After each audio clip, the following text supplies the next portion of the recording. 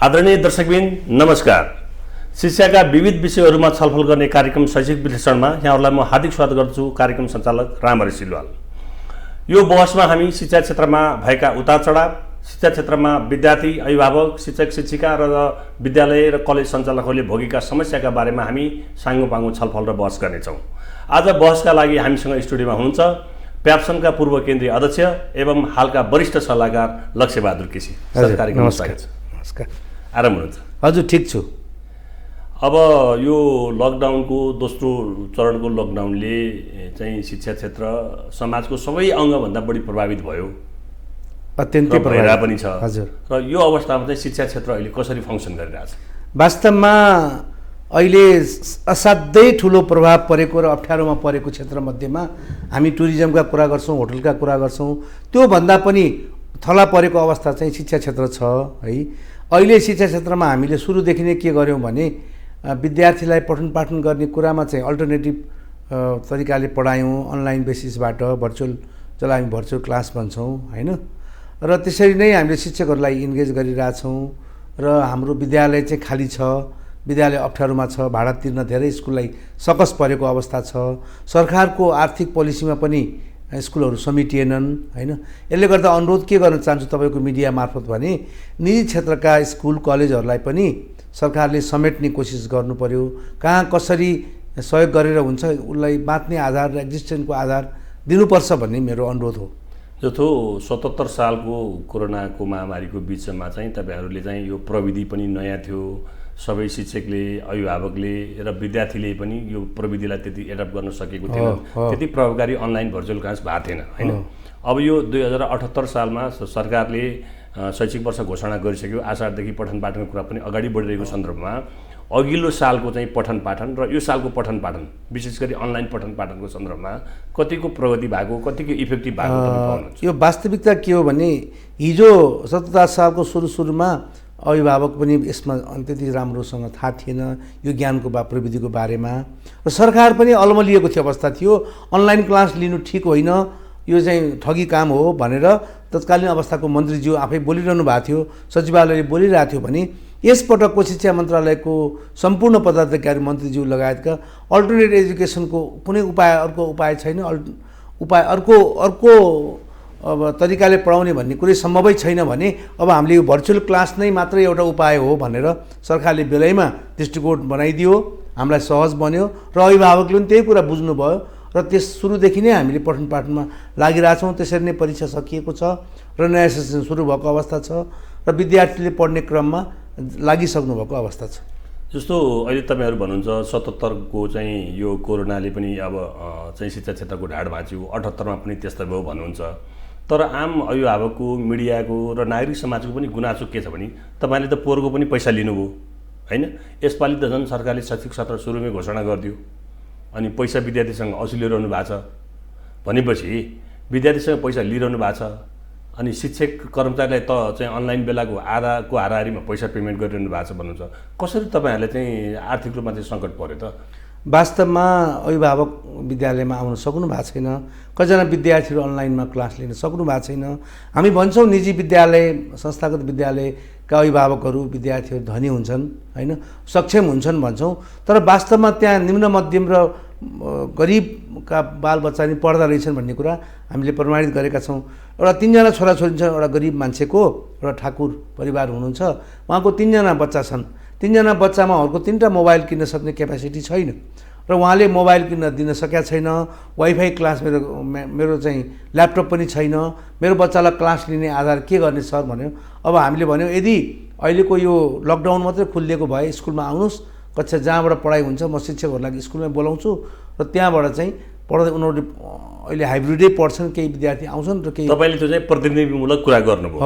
अभिभावकहरूसँग चाहिँ इलेक्ट्रोनिक डिभाइसेसहरू किन्ने पैसा छैन। एकातिर तपाईँ निजी शैक्षिक संस्थाहरूसँगमा पढ्ने विद्यार्थी अभिभावकहरू आर्थिक रूपमा कमजोर छन्, उनीहरूको प्रविधिमा पहुँच छैन पुरै भनिरहनु भएको छ भने 80% भन्दा बढी चाहिँ क्षेत्र ओगट्ने सरकारी र सामुदायिक विद्यालयको विद्यार्थीको, अभिभावकको र शिक्षकको हालत चाहिँ के होला त? त्यसो भए त्यही हामी अनुमान गर्न सक्छौँ।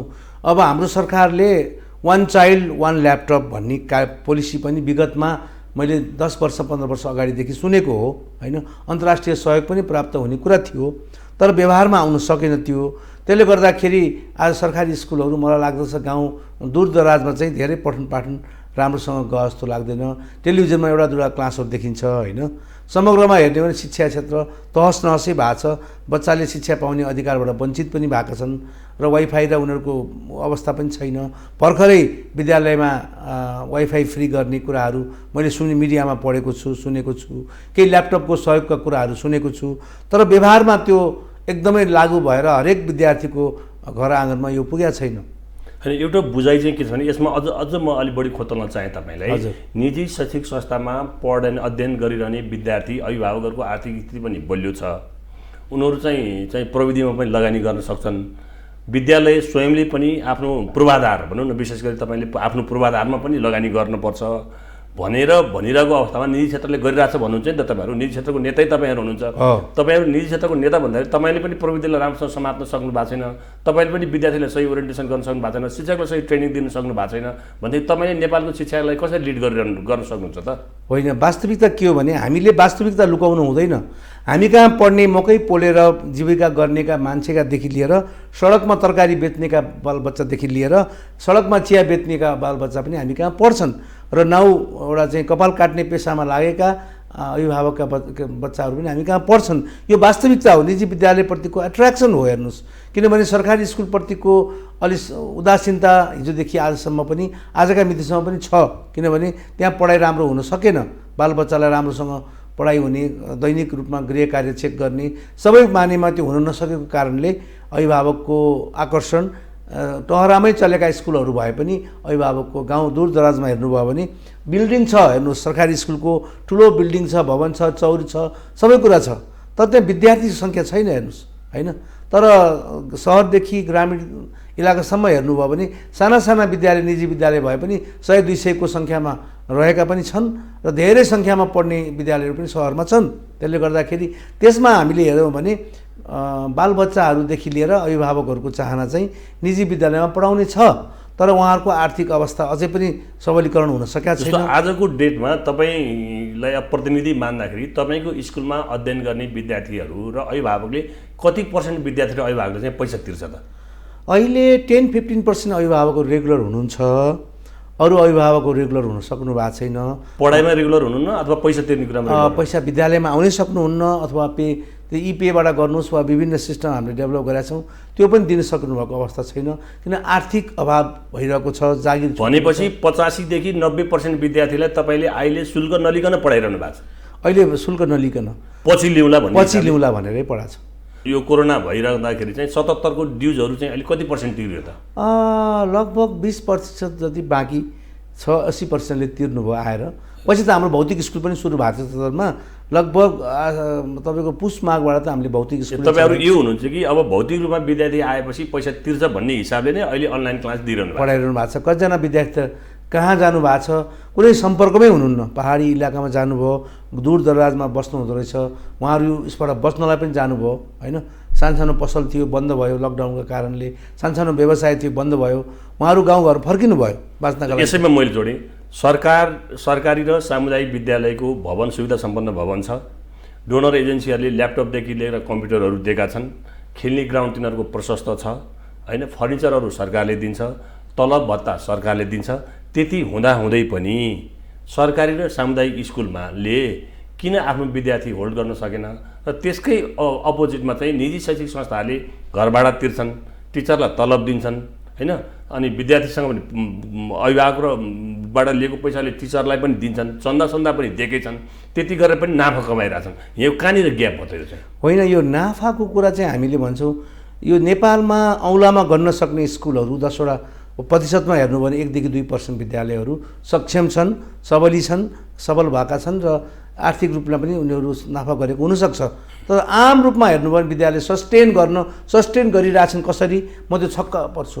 नेतृत्वको हिसाबले पनि म हेर्छु त्यहाँ अत्यन्तै दुःख छ। हेर्नु, समयमा शुल्क उठ्दैन, अभिभावकहरू कति गरिबी बच्चाहरू त्यहाँ पढ्छन्, निःशुल्कमा पढ्ने बच्चाहरू हामीसँग आम रूपमा हेर्नुभयो भने सङ्ख्यामा हेर्नुभयो भने मलाई लाग्छ 50-60 हजारको सङ्ख्यामा निजी विद्यालयमा पढ्ने निःशुल्क पढिरहेछन् होइन। त्यस्तो अवस्थाबाट गुज्रिरहेका छन्। विद्यालय बडो दुःखका साथ विद्यालयहरू सञ्चालन। यसरी तपाईँले चाहिँ अब निजी शैक्षिक संस्था सञ्चालकहरू दुःखमा छन् भन्नुहुन्छ, अभावमा छन्, पीडामा छन्, गाह्रोमा छन्, अप्ठ्यारोमा छन् भन्नुहुन्छ। यस्तो अप्ठ्यारो भए किन चाहिँ यसैपट्टि आकर्षण किन झुन्डिरहेको? होइन, तपाईँले वास्तव यो एकदमै इन्ट्रेस्टिङ कुरा गर्नुभयो र असाध्यै मर्मस्पर्शी कुरा गर्नुभएको छ। मेरो जीवनकै कथा तपाईँले सुन्नुभयो भने मैले हिजो जानी नजानी निजी विद्यालय स्थापना गरेँ होइन, सरकारको कुनै सहयोग थिएन।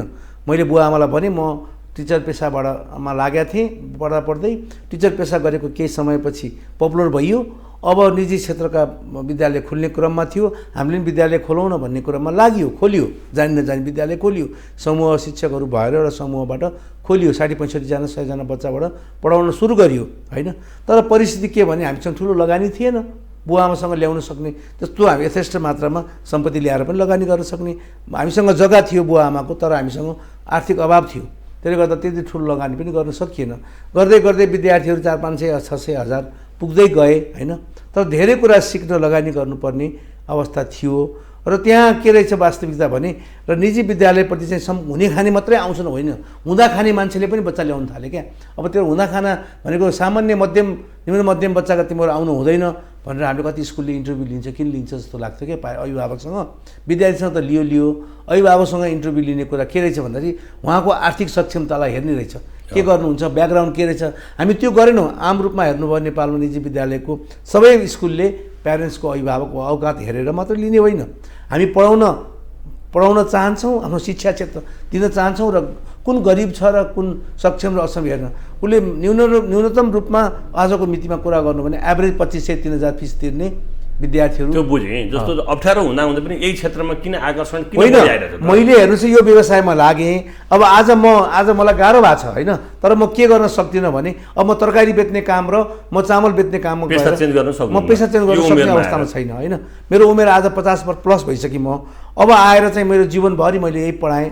त्यसो हुँदा त यङ इन्टरप्रेनरहरूलाई चाहिँ शिक्षा क्षेत्रमा नआऊ भन्न खोज्नु भएको त तपाईँले? गाह्रो अब यो क्षेत्र च्यालेन्जिङ छ भन्छु म, च्यालेन्जिङ छ, आउनु हुँदैन भन्दिनँ, च्यालेन्जिङ क्षेत्रमै आउनुपर्छ भन्छु म चाहिँ। अब किनभने नेपालमा स्कुलको सङ्ख्या पुग्यो भए पनि क्वालिटी एजुकेसनको कुरा गर्दा क्वालिटीको लागि चाहिँ आज सरकारी स्कुलले दिन नसकेको, अन्तर्राष्ट्रिय प्रतिस्पर्धा जान सक्ने विद्यार्थीको सङ्ख्या कम छ सरकारी स्कुलमा। आज 80% पढेका पनि त्यहाँका विद्यार्थीहरू आज ग्रेजुएट गरेर पढ्यो भने तपाईँको मिडल इस्टमा गएर बालुवा 45-50 डिग्रीको टेम्परेचरमा भौतिक काम गर्न बाध्य छन्। त्यस कारण टेक्निकल एजुकेसन अहिलेको समयले मागेको एजुकेसन चाहिँ निजी क्षेत्रमा लागेका युवाहरू लागेर राम्रोसँग शिक्षा दिन जरुरी छ नेपालीका बच्चाहरूलाई। त यसको कन्क्लुजन गर्दाखेरि चाहिँ यो चाहिँ सेवाको क्षेत्र पनि हो, एक फेर हात हालिसकेपछि चाहिँ छोड्न मन नलाग्ने होइन। मन नलाग्ने भन्दा पनि अब वास्तविकता के हो भने मेरो जीवनमा म आफूलाई सक्सेस बनाउन चाहँदो रहेछु। अरूको जीवन पनि त्यही हो। हिजो केन्द्रीय अध्यक्ष समेत भइसकेको मान्छे होइन, मेरो कुरा व्यक्तिगत कुरा गर्दा। र यसै गरी विभिन्न आफ्नो प्याप्सनको गरिमामय पोस्टमा बसेर वा विभिन्न तबकामा काम गरेर विद्यालय राम्रो छ भनेर प्रुफ गरेको समाजमा अब सक्षम खत्तम भयो, अब चलाउन नसक्ने भयो, ऊ धाराशाही भयो भनेर ऊ त्यसरी चाहिँ देखिन चाहन्न। ऊ सफल भएर समाजमा केही दिन चाहँदो रहेछ। मेरो कुरा गर्नु छ भने वास्तवमा यो देशलाई शिक्षा दिनु छ, राम्रो सक्षम विद्यार्थी निकाल्नु छ र राम्रो विद्यालयको रूपमा आफ्नो विद्यालयलाई चाहिँ प्रेजेन्ट गर्न चाहँदो रहेछ। त्यो चाहना मसँग छ र देश विकासमा आफ्नो भूमिका चाहिँ शिक्षातर्फबाटै के गर्न सकियोस् भन्ने हुँदो रहेछ। अब मलाई चाहिँ सानो आलुका बोरा ल्याएर 2-4 हजार नाफा खाएर होइन, चामलका बोरा ल्याएर म सक्छु, मसँग सामाजिक मेरो कनेक्सन छ, मेरो नेटवर्किङ छ, म त्यो सक्षम सामान्य व्यापार गर्न म जान्न सक्छु, 2-4 हजार पनि म खोज्न सक्छु। तर मेरो मन र मस्तिष्कले मान्दैन, मलाई सेटिस्फ्याक्सन हुँदैन। त्यसले गर्दा आफूले गरेको पेसालाई नै अझ राम्रोसँग गरौँ भन्ने चाहिँ लाग्दो रहेछ। एकदम। अब सर म अलिकति अब प्याप्सनको तपाईँ अब निजी विद्यालय जो 10,000 स्कुलहरूको नेता पनि तपाईँ हो, केन्द्रीय अध्यक्ष भइसक्नुभयो, अहिले प्रमुख सल्लाहकार पनि हुनुहुन्छ। अहिलेको प्याप्सनको लिडरसिपले अब जस्तो तपाईँ आफै भन्नुहुन्छ सरकारले चाहिँ केही कुरा सुनेन, राहतको कुरा केही दिएन, विद्यालय क्षेत्रलाई चाहिँ त्यसरी सम्बोधन भएको छैन भन्दाखेरि प्याप्सन के गर्दैछ र प्याप्सनको वर्तमान नेतृत्वले गरेको भूमिकाप्रति तपाईँको धारणा के छ? वास्तवमा प्याप्सनको अहिलेको कार्य समितिको केन्द्रीय अध्यक्षसँग मेरो हरेक हप्ता दिन 2-4 दिनमा मेरो कुराकानी हुने गर्छ र उहाँहरूले मिटिङमा भर्खरै पनि हाम्रो सल्लाहकार मण्डलको मिटिङ गर्नुभएको थियो र सम्पूर्ण प्याप्सनले अहिले यो कोभिडको बेलामा गरेका प्रयासहरू, उहाँका कार्यहरू हाम्रा अप्ठ्याराहरूको बारेमा उहाँहरूले हामीलाई रिपोर्टिङ गर्नुभएको थियो। त्यसले गर्दा केन्द्रीय अध्यक्षको अग्रसरता वा केन्द्रीय सचिवालयको अग्रसरताप्रति म सेटिस्फाइड छु। उहाँले जुन प्रयास गर्नुभएको छ, कोभिड भयो भनेर चुप लाएर बस्नु भएको छैन। उहाँले अनलाइन क्लास गर्नुभएको छ, विभिन्न अनलाइन प्रेसमा उहाँहरूको छलफल भइरहेछ, उहाँहरूको मिटिङ चलिरहेछ, सचिवालयको बैठक बसिरहेछ र उहाँले शिक्षा मन्त्रालयलाईदेखि लिएर अर्थ मन्त्रालय पनि यो कोभिडको बेलामा गर्नुपर्ने, सरकारले गर्नुपर्ने कुरा के हो उहाँले माग समेत राख्नु भएको छ। अहिले हामीले रिफाइनेन्सका कुरादेखि लिएर, कन्टिन्युसन गर्नेदेखि लिएर, सर्ट टर्म लोनदेखि लिएर, तपाईँको सफ्ट लोनका कुरादेखि लिएर सम्पूर्ण कुरामा प्याप्सनले निवेदन दिने, आफ्नो डेलिगेसन जाने र हिजो भर्चुअल मिटिङमा भाग लिने, राष्ट्र ब्याङ्कको गभर्नरसँग, अर्थ मन्त्रालयको अर्थमन्त्रीज्यूसँग, अर्थ मन्त्रालयका कार्यकारिणी व्यक्तिहरूसँग बसेर वा भर्चुअलमा उसले आफ्ना क्षेत्रका स्कुललाई परेको पिर मार्का राखिरहेछ। यसमै जोड्छु मैले, जस्तो कुनै पनि व्यक्तिलाई अथवा सङ्गठनलाई चाहिँ अप्ठ्यारो पर्ने बेलामै सङ्गठनको महसुस हुने हो वास्तवमा। तर अब देशभरिका स्कुलहरूको जस्तो 77को चाहिँ यो चाहिँ कोरोना र लकडाउनले झन्झनै हड्डी भाँचियो। 78कोले गर्दाखेरि कतिपय स्कुलहरू बन्द हुने तपाईँहरूकै चाहिँ प्याप्सनकै रिपोर्ट छ। मेरुदण्डै भाँचियो पनि भन्नुहुन्छ कतिपय साथीहरू। भन्दाखेरि देखिने गरी, आँखाले देखिने गरी र सदस्य स्कुल विद्यालयहरूले चाहिँ अनुभूत गर्ने गरी चाहिँ के चाहिँ भयो त? तपाईँ 77 देखि 78 2 वर्ष भइसक्यो होइन? तपाईँ डेलिगेसनै गर्ने, ध्यानाकर्षणै गराउने, दबाब सिर्जनै गर्ने, वार्ता मात्रै गरिरहने कि केही टार्गेट ग्रुपलाई केही फाइदा हुने? वास्तवमा राज्यले एउटा कुरो चाहिँ के सत्य हो भने हामीलाई तितो लाग्छ, अलिकति मिठो लाग्दैन वा हाम्रो प्रति राज्यको बुझाइ रहन्छ। निजी क्षेत्रका विद्यालयले गरेको योगदानको बारेमा राज्यले बुझेकै छैन। जब यो विद्यालय बन्द धाराशायी हुन्छन्, बन्द हुन्छ, त्यसपछि मात्रै बुझ्नेछ। आज मलाई के लाग्छ भने आज हजारौँ हजार बच्चालाई गुणस्तरीय शिक्षा कोसिस गरिरहेको छ यो प्रयासले, न्यूनतम शुल्क लिएर वास्तवमा राज्यका बालबालिकालाई राज्यले गर्नुपर्ने काम गरिरहेछ। तर यो राज्यले गर्नुपर्ने काम यो निजी स्कुलले गरेछन् भन्ने कुरा सरकारमा अनुभूतै छैन, त्यो कुराको उसलाई फिलिङै छैन होइन। यो निजी स्कुल भएन भने सरकारी स्कुलले धान्न सक्दैन। यहाँ ठुलो लगानी राज्यले गर्नु परेको छैन। अरबौँ लगानी गर्नु पर्थ्यो यो बच्चाहरू यदि अहिले 80 तपाईँको चाहिँ 20-22 लाख बच्चाहरू फेरि पनि सरकारले पढाउनु परेको भए अर्को अरबौँ खर्च हुन्थ्यो नि त सरकारलाई। त्यो कुरा चाहिँ एकातिर सरकारले बुझेन, तपाईँले भन्नुभयो, तपाईँहरूले बुझाउन सक्नु भएन। यत्रो देशव्यापी नेटवर्क भएको तपाईँको चाहिँ इभन वडासम्म नेटवर्क चाहिँ स्थानीय निकायसम्म नेटवर्क भएको संस्थाले, ठिक छ सरकारले बुझेन, तर सरकारलाई बुझाउन सक्नु पऱ्यो। तपाईँको क्षमता त्यहाँ देखिन। सरकारलाई दबाब दिन सक्नु पऱ्यो, त्यो पनि तपाईँले सक्नु भने नि त। दुइटै कुरा भयो। वास्तवमा यो के रहेछ भने हामी राजनीतिक पार्टी जस्तो नारा जुलुस गर्दै होइन त्यो जान सक्ने अवस्थामा हामी हुँदा रहन्छौँ। हामीले बौद्धिक लडाइँ लड्ने हो र राज्य पनि अब हेर्नुहोस् है, राज्य स्थिर हुन सकेको अवस्था छैन। राज्य आफै भित्र पनि भाँड भैलो छ, अप्ठ्यारोमा छ। त्यसले गर्दा कोसँग कहाँ कुरा गर्ने भनेर हाम्रो निकायसँग गएका छौँ कुरा गर्न, तर त्यो सुनवाई के गर्ने हाम्रो अप्ठ्यारो छ। अहिले हामी यो कुरा सुन्न सक्ने अवस्थामा छैनौँ। राज्यको आर्थिक अवस्था पनि कमजोर छ। यी सबै कारणले पनि हामीले प्रेसर दिन सकिरहेको अवस्था छैन हेर्नुहोस्। तर राज्य सरकार स्थिर हुँदाखेरिको अवस्थामा हामी धेरै कुरा भन्न सक्दो रहेछौँ। स्थिर त अनि बहुमतकै सरकार हो। प्रधानमन्त्री अहिलेसम्म चाहिँ 3 वर्ष, 3.5 वर्ष, 4 वर्ष एउटै प्रधानमन्त्री हुनुहुन्छ। योभन्दा स्थिर सरकार के चाहियो भन्नु त? होइन, यो भन्नु एकातिर हो, व्यवहारमा हेर्नुभयो भने आज पार्टी बिचको झगडाले पनि हाम्रो क्षेत्रलाई, आज देशलाई नै असर गरिरहेछ त। शिक्षाको विकासमा असर परेको छ, राष्ट्रको विकास, सर्वाङ्गीण विकासमा असर परेको छ, परे छैन र? बाटाघाटाहरूदेखि हेर्नुहोस्, भौतिक निर्माणका कुरा गर्नुहोस्, सर्वाङ्गीण रूपमा हेर्नुभयो भने वास्तवमा राजनीतिक पार्टीको विवेक शून्य देख्छु म चाहिँ है। किनभने उहाँहरू शिक्षा कसरी चलेको छ, आजको बालबालिका अहिले त कुलतमा लागिरहेछ हेर्नुहोस्। अहिले स्कुल जान सकेका छैन बच्चाहरू, समूहमा आफ्नो गाउँ वरिपरि कतै कुना कानीमा बस्ने, अब तपाईँको धुम्रपान गर्ने, अन्य पनि अहिले अब लागु पदार्थ समेत लागेको अनुभूत मैले गरिरहेको छु, मेरो आँखाले देखिरहेछ। भनेपछि यो कुरामा राज्यको निकायलाई समय छैन। बालबालिकाहरू हेर्नुहोस् डुबेर मरिरहेछन्। स्कुल पठन पाठन भइदिएको भए आज सानसाना बालबालिकाहरू हेर्नुहोस् त पानी जमेको ठाउँमा जान हुन्न, समेत स्कुलमा गइदिएको भए त्यो त यस्तो भयो नि सर। केन्द्रीय सरकार, प्रदेश सरकार र स्थानीय तह छ। स्थानीय तह छ तपाईँको चाहिँ हरेक देशभरि वडाहरू छ, वडा अध्यक्षहरू छन् होइन, गाविस नगरपालिकाहरू छन्। स्थानीय सरकारलाई पनि शिक्षा क्षेत्रसँग सम्बन्धित अधिकारहरू छ। त्यस कारण त्यहाँ त स्थानीय क्षेत्रमा चाहिँ सरकारी तलब खाएर बसेका चाहिँ शिक्षक पनि छन् त्यहाँ। भनेपछि स्थानीय सरकारलाई केन्द्रीय सरकारमा पहुँच भएन, स्थानीय सरकारमा त चाहिँ प्याप्सनको पहुँच छ, तब त्यो विद्यालयको चाहिँ प्रधानताको पहुँच छ। सर यस्तो हुँदो रहेछ, आज मान्छेहरू दिनहुँ ढलिरहेका छन् हजारौँ मान्छे कोभिडका कारणले मरे होइन। एकातिर इन्जेक्सन लाउन सकेका छैन, अर्को आइसोलेसन सेन्टर दिन सकेका छैन, अर्को कुरा तपाईँको चाहिँ अक्सिजन सिलिन्डर नपाएर मान्छे मरिरहेछ। अब निजी स्कुललाई चाहिँ बचाइदेऊ बाबा, गुहार गुहार भनेर, शिक्षकलाई बचाइदेऊ भनेर जाँदाखेरि व्यवहारिक देखिएन, जान सकेन। निजी शैक्षिक संस्थाहरूले सरकारी र सामुदायिक क्षेत्रमा पढ्ने विद्यार्थीको बारेमा पनि बोल्नु पर्यो भन्ने कोणबाट मैले कुरो निकालेको थिएँ। यो विषयमा तपाईँले बडो गम्भीर कुरा उठाउनु भएको छ। यो विषयमा हामी प्याप्सन मार्फत चाहिँ हामीले के गर्न जरुरी छ भने आजको पठन पाठन गर्ने पढाउने कुरा मात्रै निजी क्षेत्रका बच्चालाई नभएर सिङ्गो राष्ट्रका बालबालिकाको बारेमा हामी बोल्नुपर्छ। त्यो कुरामा चाहिँ एकदम सही कुरा तपाईँले निकाल्नु। जस्तो यसपालिको बजेटमा जस्तो सरकारले शिक्षा क्षेत्रमा चाहिँ छैन, अब सरकारी र सामुदायिक विद्यालयमा पढ्ने विद्यार्थीहरूलाई खाजाको कुरा, सेनिटरी प्याडको कुरा, राष्ट्रपति शैक्षिक कार्यक्रमदेखि लिएर धेरै कार्यक्रमहरू छ नि त। ल्यापटप किन्न पाउने 80,000सम्मको कुरादेखि लिएर बैङ्कमा चाहिँ अब प्रमाणपत्र धितो राखेर चाहिँ लोन लिन पाउनेदेखि लिएर धेरै कुराहरू चाहिँ बजेटमा अलिकति बजेटको फिगर पनि बढ्यो शिक्षा क्षेत्रको। भलै त्यो तलब भत्तामै त्यो सिद्धिन्छ, त्यो सरकारी होइन, त्यो पानीमा चाहिँ केही वृद्धि भएको बुझिन्छ, भएको छ। भरे त्यो चाहिँ बालुवा पानी जस्तै भएको छ।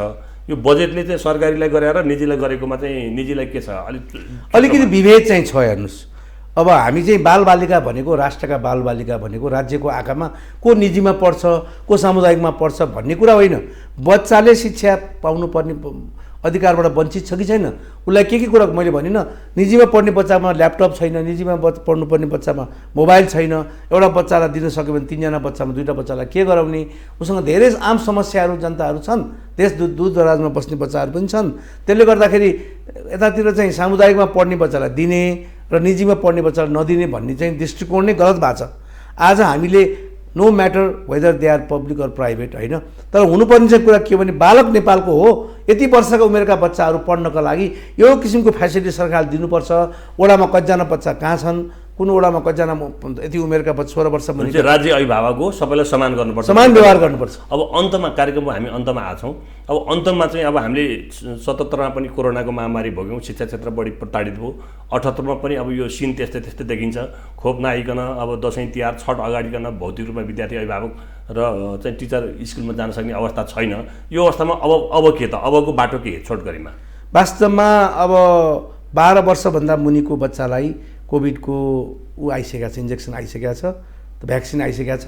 नेपालमा पनि जसरी हुन्छ राजनीतिक पहुँचबाट हुन्छ, डिप्लोमेटिक पहुँचबाट हुन्छ। अब हाम्रो बालबच्चालाई कोभिडको भ्याक्सिन दिनुपर्छ हामीले होइन। त्यो दिएपछि हाम्रा शिक्षकहरूले पाउनु पऱ्यो, फ्रन्ट लाइनमा काम गर्नेहरूले, सम्पूर्ण अभिभावकले पाउनु पऱ्यो। त्यसपछि चाहिँ हामी भौतिक स्कुलको पनि जब कोभिडको सङ्ख्या घट्छ गाउँघर दूरदराजमा सहरमा, त्यसपछि हामी भौतिक स्कुलको पनि हामी त्यो जानुपर्छ। किनभने पठन पाठन वास्तवमा हुन सकेकै छैन। जुन भौतिक क्लासबाट हुने बच्चाले पाउनुपर्ने शिक्षा र आज अनलाइनले दिनुपर्ने शिक्षामा धेरै क्वालिटीमा पनि तलमाथि भएको छ। कहीँ भोइस सुनिन्छ, कहीँ सुनिँदैन। त्यो समूहमा पढाउँदाखेरि त्यो आवाजहरूले पनि डिस्टर्ब गरिरहेको छ। कारण इफेक्टिभ हुन सकेका छैन, त्यो क्लास प्रभावकारी बन्न सकेका छैन। त्यसले गर्दा चाँडोभन्दा चाँडो भौतिक क्लास सञ्चालन गर्ने यहाँले भने जस्तै भदौ दसैँ तिहार पछाडि नै हुन्छ होला।